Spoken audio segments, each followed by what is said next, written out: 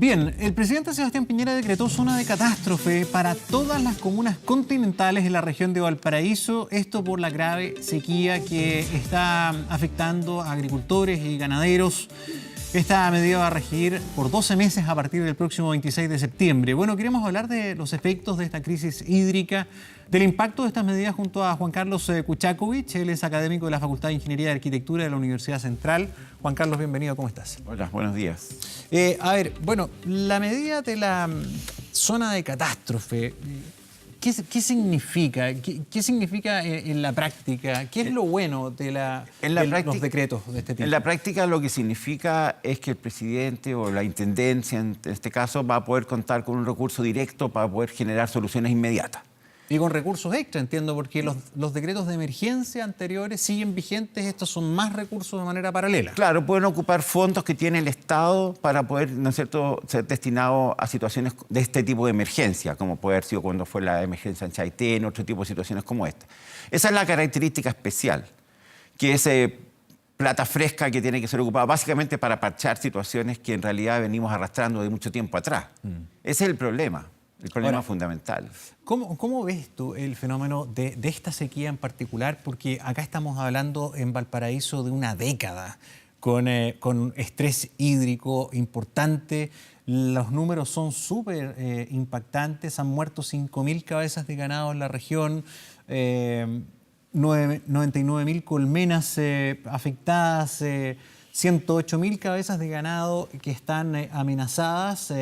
Y la diferencia solamente entre el año pasado y el año normal es impactante. O sea, el promedio en Valparaíso son 404 milímetros y han caído este año 82. Sí, ahí hay que diferenciar varias cosas. Uno es la diferencia entre sequía y escasez hídrica. Obviamente aquí se conjugan ambos elementos. Sequía, ¿no es cierto?, cuando tenemos un efecto de origen climático, meteorológico, que obviamente tiene menos precipitaciones, y obviamente las estadísticas nos indican que en los últimos años tenemos menos precipitaciones comparado como fue en las últimas sequías como la del 98 o la del 68, que no hubo tal acumulación de eventos secos. Pero por otro lado, los efectos en riego, que son algunos de los efectos importantes, se han visto menos afectados en los últimos años, a diferencia de lo que puede llegar a pasar este año y la temporada que viene. Esa es una situación. Las evidencias que tú señalas respecto a muerte de animales, a temas de colmena y otro tipo de situaciones evidencian una sequía, pero hasta el momento no se ha evidenciado en los eventos, en las exportaciones de frutas, sobre todo en la quinta región, que acumula el 60% de producción de paltas del país y las importantes cantidades de primores y de duraznos en las exportaciones. Entonces, ¿cómo tomamos? Exactamente, eso es lo importante tomar en cuenta. Hablamos de sequía, hablamos de crisis hídrica. ¿Cuál es el concepto, crees? En este caso estamos en una escasez hídrica en la quinta región. ¿Y qué es lo que es una escasez hídrica? ¿No es cierto? Es el desbalance entre la oferta de agua que provee el clima, que se transforma después en escurrimientos superficiales y subterráneos, y la demanda de agua. Y aquí es donde empieza a estar gran parte del problema. El problema es: ¿se planificó adecuadamente la producción agrícola en las zonas en donde están situadas? Y ahí claramente la respuesta es controversial, porque la respuesta tiende a ser un no. Tenemos más cantidad de producción que probablemente la oferta de agua que es posible de obtener. Y por eso es que todos los estudios que se han desarrollado en los últimos 5 años, y ahí hay que destacar un poco el rol que ha jugado la Fundación Chile, la universidad y otra cantidad importante de institutos, en determinar cuáles son los problemas centrales de agua que enfrentamos en el país. Y ese es un tema que en realidad ha estado poco puesto en la paleta de la discusión. ¿Cuáles son los problemas a los que se refiere? Algunos de los problemas que tienen relación con todo esto es el sobreotorgamiento de derechos de agua. O sea, existen más cantidad de derechos de agua otorgadas que el agua existente. Entonces, las personas haciendo uso de su, ¿cómo le llaman?, de su seguridad jurídica, ¿no es cierto?, ocupan y sacan la cantidad de agua que les está otorgada, pero obviamente, ¿no es cierto?, al sacarla a todas, obviamente no puede satisfacerse la demanda y los recursos hídricos se hacen escasos. Estamos juntando dos factores en el fondo con lo que nos está diciendo. Estamos juntando el factor del uso, disponibilidad del agua existente y una sequía. Absolutamente. Ahora tenemos las dos situaciones. Tenemos una sequía que es evidente, ¿no es cierto? En mismo Santiago. El año pasado el déficit fue 50%, en este momento el déficit de Santiago que llevamos un 70%. La última precipitación yo creo que no haya influido demasiado. No. Entonces, en definitiva, tenemos esos dos elementos que hacen que la situación sea extremadamente compleja. Y en situaciones complejas como esta, lo menos que podríamos hacer es no convertir esta situación en una oportunidad. O sea, llevamos años discutiendo sobre el tema del agua en Chile, desde antes de que se hiciera, desde que surgiera desde que se produjera el cambio de gobierno, ¿cierto? Cuando surgió él, cuando pasó de la dictadura a la democracia. El primer tema en la discusión que se planteó que se iba a tener era la modificación al Código de Agua, previniendo que estos elementos eran sustanciales en los problemas hídricos que tenemos en el país. Sin embargo, esto solo se pudo llevar a cabo parcialmente el año 2005. O sea, ahí lo que te denota es la gran cantidad de fuerza y poder político y económico que hay detrás de esta discusión. O sea, una discusión pospuesta. Una discusión que viene desde el año 81, cuando se estableció el nuevo Código de Agua, asociado a la reforma constitucional del 80, en donde hasta el día de hoy, ¿no es cierto?, ya han pasado mucho tiempo, no han habido los cambios sustanciales. Y este sobreotorgamiento de derechos de agua ha sido patente. Cuando fue la crisis del río Copiapó, hay 4 veces más cantidad de agua otorgada que el agua existente. Los últimos estudios indican que en otras cuencas estamos en niveles parecidos, 4 y hasta 5. ¿Qué significa eso? Que sencillamente estamos frente a una situación donde el Estado, todos, ¿no es cierto?, el gobierno, las instituciones, no sabemos exactamente cómo está distribuida y cuánta es el agua que existe. Eso es el punto principal que tiene que ser abordado. O sea, vamos a estar determinando un nuevo código de aguas cuando no haya agua. Una cosa así. Yo creo que esperemos que lo hagamos antes. Ese es el punto, es que el tema del agua solo es visto como un tema importante cada vez que hay crisis. Y este tiene que ser un eje central en la discusión política del país. A mí no me entra en la cabeza cómo todos los gobiernos que han pasado, obviamente me entra en la cabeza básicamente por el gran poder económico que hay detrás de la discusión, donde lo que se quiere es el status quo. El status quo significa que obviamente no ha habido crisis fundamentales en los sectores agrícolas hasta ahora, donde ya el problema se va a empezar a agravar. Además que la cosa más grave comienza cuando empieza a afectar el suministro domiciliario. Exactamente, porque el agua, en la modificación del Código de Agua, no se ha priorizado el uso hacia el recurso humano. Pasa a ser un recurso más. El problema es que ya lo estamos viviendo. O sea, hay comunidades que están hace muchos años viviendo, acarreando bidones. Exactamente. O sea, claro, se estima que en los últimos años más de 400.000 personas están abastecidas permanentemente con camiones de aljibe. O sea, vivir con camiones de aljibe no es una situación muy placentera. O sea, saber que tú vas a tener una mínima cantidad de agua para disponer. Entonces, esa es una situación que tiene que ser parte de la discusión nacional. La planificación de los recursos hídricos que está pospuesto. Desde años que el país ha invertido en platas con proyectos del BID, con proyectos nacionales, en una propuesta de gestión de recursos hídricos y planificación por cuenca. Chile está específicamente diseñado para que pudiéramos planificar nuestras regiones. Tendrían que estar orientadas en torno a las cuencas, casi más o menos lo están. La región quinta tendría que estar orientada básicamente en torno a la cuenca de la Aconcagua, la región metropolitana, la cuenca del Maipo. De ahí que ahí, en ese espacio, en esa mesa de discusión política, económica y social, siendo el agua el eje conductor de todas ellas, se pueden encontrar, ¿no es cierto?, los acuerdos políticos. Sí, ahora, lo diferente tal vez, o lo preocupante, a diferencia de otras situaciones de sequía, de escasez de agua en el pasado reciente, es que el futuro cercano no es muy auspicioso. Se prevé que la situación continúe igual de seca o peor. Entonces la pregunta es, si no vamos a tener precipitaciones, ¿Qué se hace? Por supuesto. ¿Qué se hace? Hay que pensar rápido en las desaladoras, en la carretera hídrica. ¿Por dónde va la solución en paralelo a lo que ya hemos hablado, no? Obviamente hay que pensar en soluciones a corto plazo y a mediano plazo. En este caso hay que pensar en soluciones a corto, mediano y largo plazo. Todas aquellas soluciones faraónicas que han sido muy objetadas desde todo punto de vista por los científicos, como la carretera hídrica, no son una solución para el país. Son una solución que lo que va a hacer traspasar aguas de una cuenca, debilitando las propias cuencas de donde nace el agua y afectando ecosistémicamente y agravando el problema, ¿no es cierto? Gran parte del problema lo tenemos. ¿Todo el mundo se opone a la carretera hídrica? ¿Todo el mundo la considera? No todo el mundo, idea? pero he visto muy buenas opiniones científicas y técnicas y políticas respecto a que la carretera hídrica no es una muy buena solución.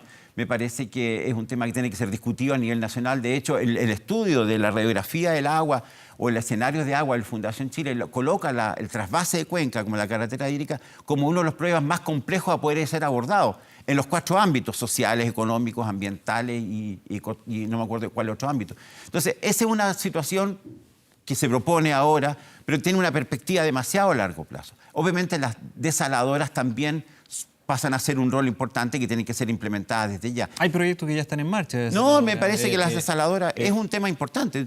Y que son más rápidas de echar a andar, en el Tenemos sentido que podrían estar en 2 más años del más, 35% del agua de Antofagasta está satisfecha por desaladora.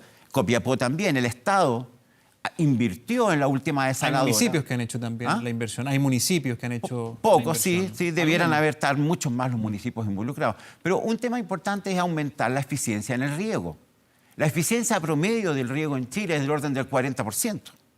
Entonces, todas las propuestas que estamos haciendo, es como yo siempre lo señalo a los alumnos, es como tener un barril lleno de hoyos en donde estamos tratando de mantener el nivel lleno, agregándole cada vez más agua. Los altos niveles de pérdida de aguas que tenemos en las conducciones hacen que tengamos que invertir en la eficiencia. Mejorar la eficiencia en riego, la eficiencia de un riego tendido puede pasar de un 40%, de un riego tecnificado puede llegar hasta un 85-90%. La pérdida de agua en las redes de las ciudades también, como nivel promedio en el país, están entre el 30 a 40%.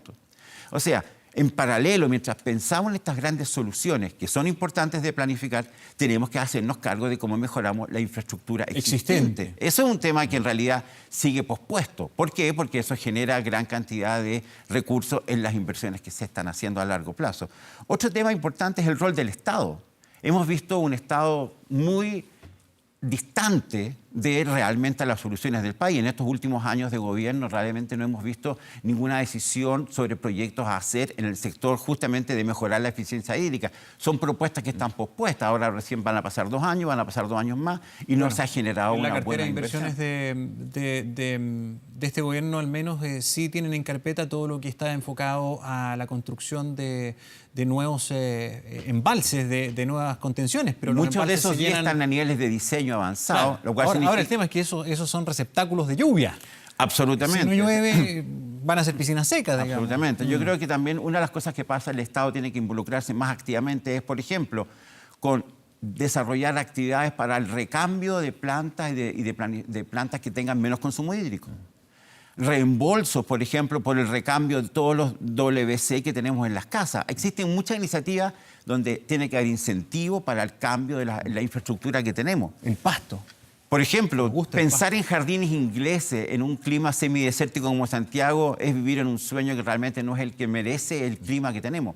Existe un concepto muy potente que a mí nunca se me olvidó de un profesor que se llama Juan Gastó, un profesor relevante, un clave del país, donde él habla que la planificación territorial tiene que estar en relación con cuál es la vocación del espacio. Y ese concepto de la vocación del espacio hace que en este caso la agricultura, las plantas, las actividades que se hagan tengan relación con el terreno, con el territorio donde ellas están ubicadas. Tener plantas de palto en todos los cerros de la quinta región significa tener que proveerles permanentemente de agua externa y de energía externa. Se requiere una inversión carísima con unas demandas de agua que sobrepasan. No sé si las personas saben, para producir 1 kilo de palta se requieren del orden de los 400 litros de agua. Para producir 1 kilo de almendra se requieren más de 2.000 litros de agua. Entonces, ese tipo de situaciones... He hablado con los productores de palta, porque en más de alguna oportunidad hemos hablado de las fuertes críticas que hay en torno al producto. ¿Y qué te dicen? Bueno, me han mandado sus estudios, me han mandado sus datos también que señalan que ellos no gastan más que la producción de otro tipo de frutales, de que, por ejemplo, los cítricos, por ejemplo, las manzanas o qué sé yo, otro tipo de producciones agrícolas. O sea, tal vez la pregunta es, bueno, en términos de producción de frutas en general, ¿se puede seguir plantando en este tipo de zonas catástrofe? Más allá de solamente los paltos. Yo creo que las evidencias están indicando que no. Y que más encima hay otro elemento en juego. Cuando tú ocupas solamente un monocultivo, en este caso los paltos o cualquiera, hace una alteración completa en el ecosistema. Lo que quería decir anteriormente, gran parte del problema que estamos viviendo, sin desconocer que estamos en una situación de sequía climática, es que nuestro sector no tiene capacidad de resiliencia, ha perdido la resiliencia para responder ante los eventos de sequía. Se ha ido modificando toda la precordillera desde hace, obviamente, 200 años, pero que se ha intensificado en los últimos 30, 40 años. Entonces, cuando el agua cae, la tierra, que perfectamente puede ser una esponja, que además al existir la vegetación permite que la evaporación no aumente, se pueda mantener, ha ido perdiendo la capacidad de respuesta ante los eventos críticos como son estos, sin desconocer que son eventos críticos. Entonces, estamos frente a un complejo problema que tiene que ver con desestructura de las cuencas, sobre todo en la parte alta de las cuencas. El agua llueve, cae rápidamente y se va sin tener esa posibilidad de infiltrarse. O sea, las napas no son capaces de rellenarse. De hecho, han habido muy buenas propuestas y ahí hay que destacar que hubo propuestas importantes para recarga de acuíferos, pero que sencillamente todavía no se han llevado a cabo.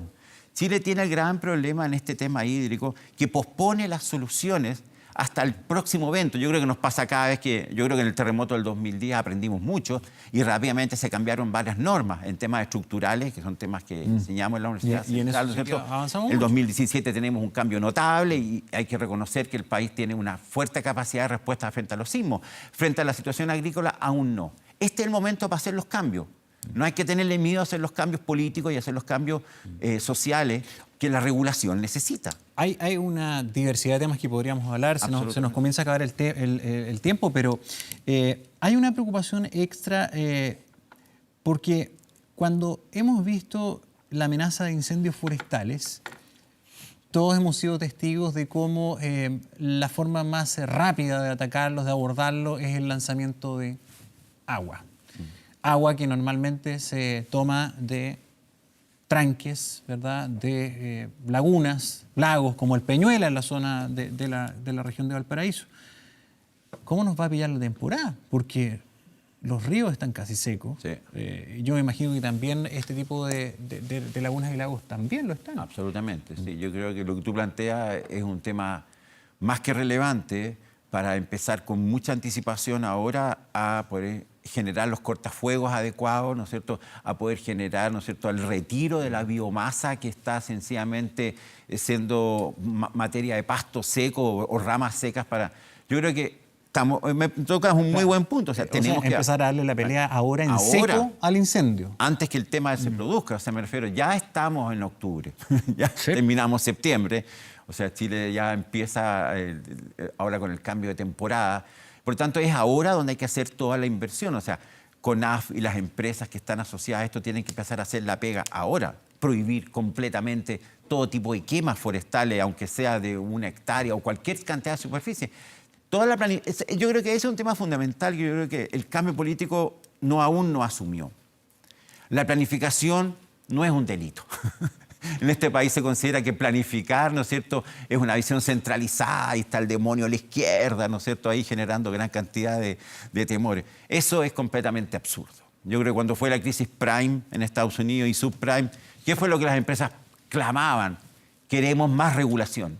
Y eso es lo que este país necesita. Necesitamos fuertes entidades del Estado reguladoras. Por ejemplo, en el tema sanitario, la superintendencia que regula todo el sistema sanitario, que es una institución que tiene capacidad técnica, pero tiene pocas herramientas, tiene pocos fiscalizadores, tiene pocos recursos. Hay que proveer al Estado. El mismo tema de agua, otro tema que también hay que tocar. El Estado no tiene capacidad para fiscalizar las extracciones ilegales. Entonces, frente a este sobreotorgamiento de derechos de agua, tenemos una inmensa cantidad de extracciones ilegales y el Estado no tiene los recursos para fiscalizar, porque no ha generado, no es que no los tenga, no los ha destinado a eso. Cuando no se hace algo es porque no se quiere que se haga. Entonces, ese punto, tenemos instituciones poderosas que el Estado tiene que ser fuerte. Aquí la DGA tiene que ser fuerte, sólida, con grandes capacidades fiscalizadoras para poder ver tanto la extracción de uso ilegal como si los derechos de agua están efectivamente otorgados. Entonces, estas instituciones tenemos que fortalecerlas. Mientras no las fortalezcamos, como decía, me acuerdo en el estudio, me acuerdo Engel y Anto decían, hay que dotar al Estado de los dientes suficientes para realmente el Estado productivo, o sea, el país productivo que se está pretendiendo hacer, o sea, se ha hecho. Entonces, si tenemos un Estado débil, esta asimetría entre una gran producción y un mínimo Estado, ¿no es cierto? Esta discusión es espuria. Bueno, Juan Carlos Kuchakovich, muchísimas gracias por venir, académico de la Facultad de Ingeniería y Arquitectura de la Universidad Central. Muchas gracias. Feliz 18. Igualmente. Lo paso muy bien. Ya. Gracias por estar.